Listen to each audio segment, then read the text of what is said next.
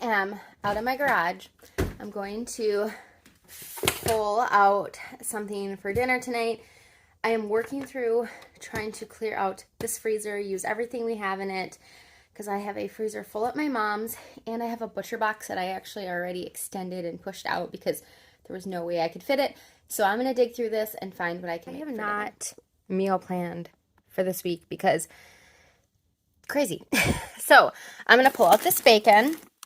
I've got this roasted corn from Trader Joe's. I'm going to use that. Got some chicken broth that I made just a few days ago, and I froze it. I can't even remember what I made. What did I make? Oh, the white chicken chili. So I made that chicken in my Instant Pot, and I made broth. Well, this is what was left over. And then I've got these pretzels from Trader Joe's. I'm going to make a corn chowder, like a bacon corn chowder, and then we'll have pretzels on the side. My goal is to empty this freezer as much as I can, making meals based on what I have in there, and then I can get my new butcher box. And I have the potatoes already from Azure, so I'm going to put potatoes in there. And then I have some colorful carrots from my mother-in-law's garden, so I might throw them in there. I know that they're not traditionally in a corn chowder. There we go. But we're making do with what we have. And then I would ideally use heavy cream, but I don't think I have any cream, so we're just going to use milk. Now I'm back. I took you with me this morning as I went through and figured out what I was going to make for the day. And now it's almost 4:30, so I'm going to start working on dinner. Just because every time I think I can wait till like 5 and have it done around 6. It never works out that way. It always takes longer than I think it's going to take. So we're going to get going on it now. So I'm just throwing on my apron, and I'm going to use my Dutch oven. And I got this one from King Arthur, and the brand is like Emily something like that. But what I like about it is that it was made, I believe, in Italy. So a lot of them are made in China, the ones that are coated. I've got some Lodge cast iron that is made in the US, but their coated ones are made in China, and I just really prefer something made either in Europe or the US. So I have that if you're looking for one. It was super reasonable. I want to say like right around $100. So I thought that was a pretty good deal. So that's what I'm going to use. And then the first thing I'm going to do is just chop up, or I'm actually going to use scissors, cut up this bacon into my pot and get this cooking. So let's do that first. If you haven't used kitchen scissors to cut up your bacon into pieces, you are definitely missing out. This is by far the easiest way to cut up the bacon. While that bacon is cooking up, I am going to chop up this onion a little smaller. This is just leftover from a previous meal, and I want it a little smaller for the soup. And then I've got 2 cloves of garlic. This is organic garlic. I get it from Azure Standard. It's amazing. Garlic, I will chop that up. Then I just washed up a couple golden potatoes, yellow potatoes. Again, Azure Standard. And I'm going to keep the skin on. I'll just cut off any pieces, little eyes or brown pieces, whatever it might be. Cut that off. Otherwise, I'll dice these into small bites for the soup. The Azure Standard ones comes in these bags. I think they're 5 pounds, if I remember correct. Yeah, 5 pounds of potatoes. Really great quality.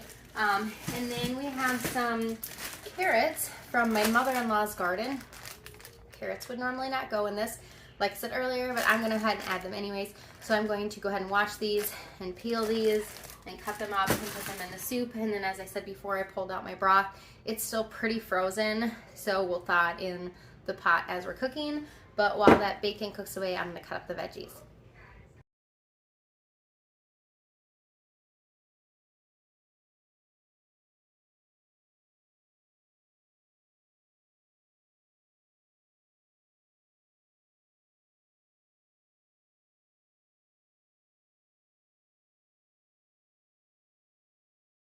All right, what you saw me do was take my bacon out, put it on a paper towel lined plate. so it can kind of strain off some of that grease. And then I took the rest of the grease and I dumped it into a bowl lined with foil. And I'm going to save that because I'm going to use some more of the grease in this pan to make my roux. But I just went ahead and added in my onions so they can get browned and get some of that really good flavor off the bottom of the pan. So we're just letting those cook for a minute. And then I'm going to go ahead and add in my garlic. You don't want to add this in too early because it will burn, and you do not want burnt, bitter garlic in the bottom of your pan. And I'm just going to go ahead and add in my carrots now too. Give them a little brown. I have not cut up my potatoes yet because I didn't want them to start to turn brown at all while they were sitting. So, just going to saute this around, get that garlic fragrant. Let those carrots get some of that brown up off the bottom of the pan. Perfect. And then I'm going to go ahead and I've got some ground black pepper. Just going to put some of that in there right now. You could use white pepper if you wanted, if you don't want to see the brown specks, but I'm using that roasted corn, so we're going to have some brown anyways, so I don't really mind if the soup isn't like a super white look. Totally fine with me. And I am just going to add in a little bit more of the fat. You could just use butter if you wanted, because I'm going to make a roux. It's not going to thicken the soup completely, but it will thicken it a little bit. So I just added in a couple scoops of that and 2 tablespoons of flour. And I'm just going to cook that around. You just want to cook out that flour taste. And you'll want it to be kind of like a paste, and if it's not, you can add in more fat.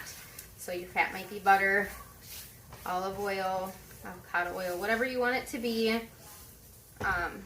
I'm using bacon fat because it's free. I already have it, so why not utilize it? Give it a little more flavor anyways. And this, my stove is a gigantic mess. And I just threw a carrot out. Okay. Toss that carrot. Okay, perfect. I'm just going to keep letting this cook that out. I'm going to get my broth ready here. As I said, this is homemade chicken broth. This is probably not going to be enough. I'm probably going to have to use some water and better than bouillon, but I'm going to start out with my broth and kind of see what I need to add from there. This smells so amazing. I just don't even think the color is going to come across, but there's some delicious brown color in there. That's flavor. Okay. Now what I'm going to do is just slowly add in my broth. As I said, it's still pretty frozen, so I'm not going to be able to add it in too slowly because a big clump is going to come out, but just going to go ahead and start adding it in there, mixing it up.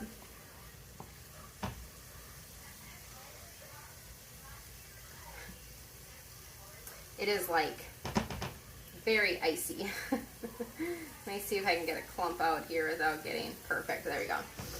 Obviously, if you're using store-bought broth, it's going to be a little easier to add in a little bit at a time, but it's much easier to incorporate your roux and thicken your broth, I guess, if you can add it a little bit at a time. I could have heated my broth first, but why dirty another pan? Why take another step? Then I'm going to add in the rest of my broth and just keep stirring. You'll see some of those brown bits are going to come up. That's all right. Perfect. So now I am just going to get my potatoes chopped up, get them in there, and then bring it to a boil. All right, I got my potatoes in there. Now I'm going to add my corn. I'm just going to kind of eyeball it. I'm going to guess probably at least a cup. Just kind of seeing, depending on how much I've got in here. And like I said, those are roasted corn. So there's some like charred bits on them as it is. So my soup is really going to be a darker color. It's not going to be that like yellow creamy yellow that you're kind of used to with most chowders. So I definitely can see in here that I need more liquid. So I'm going to get out my Better Than Bouillon and some water. All right, I got my water out. I've got 2 cups in here, but I'm going to start out just adding 1 cup and just kind of see. I think I'm only going to need about a cup, but I figured I would just have it ready. Then I got my Better Than Bouillon, which is basically just like broth, but in a, I don't want to say liquid form, but like a almost Nutella state. 1 teaspoon with 1 cup of water equals 1 cup of broth. So I'm just going to go ahead and stir that in there. And I'm going to start out with that because I don't want it to be too much liquid in here because it is a chowder. So it's not like soup where it's very liquidy and not like chicken noodle soup or something. So I am going to go ahead and I'm going to bring this up to a boil, cover it. I guess I should add the rest of my seasonings.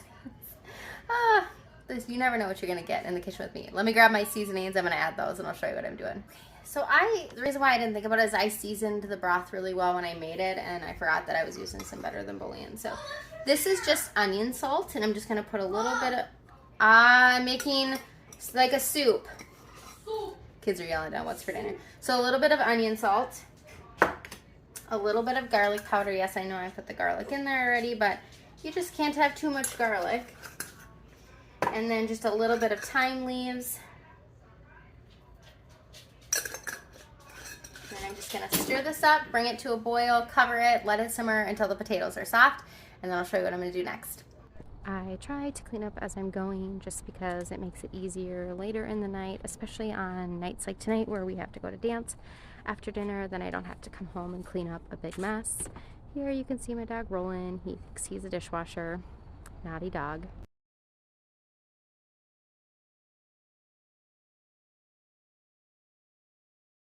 All right, the soup is just about done. The potatoes are getting to be very tender, and I'm going to pop in the oven the soft pretzels.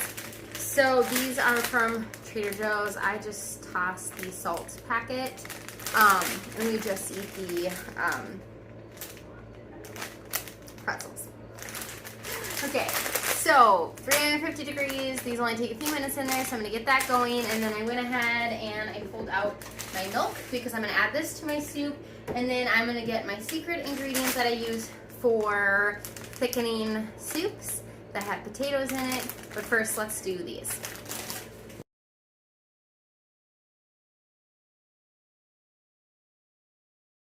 Okay, so I'm only doing 3 right now because my husband's going to be late. So this is just for the kids and I. When he gets home, I will go ahead and throw his in the oven. They only take 4 minutes. So the soup is coming along really nicely. I do find with this pan I have to be careful because things tend to stick to the bottom of the pan. It's not really like a non-stick kind of thing, but I still love this pan. So the potatoes are getting soft, so I just kind of test it out, and if I can mash it up with a spatula, then I know that it's probably about ready to eat. Some of them are a little bigger, so I'll test another one. I didn't do a very good job cutting them evenly. All right. So now I did not have to add in any more of that water that we talked about because this was enough. So I am going to first add in some of my whole milk. If I had heavy cream, as I told you before, that's what I'd use. I don't have that, so I'm going to use whole milk.